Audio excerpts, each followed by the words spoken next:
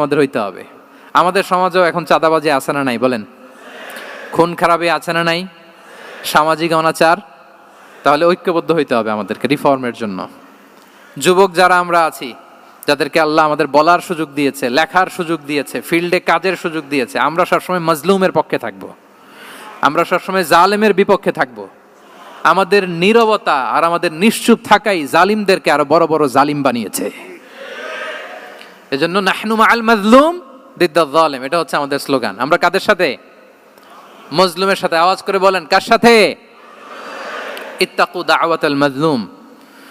রাসূলুল্লাহ সাল্লাল্লাহু আলাইহি ওয়াসাল্লাম বলেন, তোমরা মাজলুমের কান্নাকে ভয় করো, কেননা মাজলুমের কান্না আর আল্লাহর মাঝে কোনো ফারাক থাকে না, কোনো পর্দা থাকে না, বদদোয়া করলেই কবুল হয়ে যায়। তাহলে এভাবে রাসূলুল্লাহ সাল্লাল্লাহু আলাইহি ওয়া আলিহি ওয়াসাল্লাম তিনি সোশ্যাল রিফর্ম করেছেন।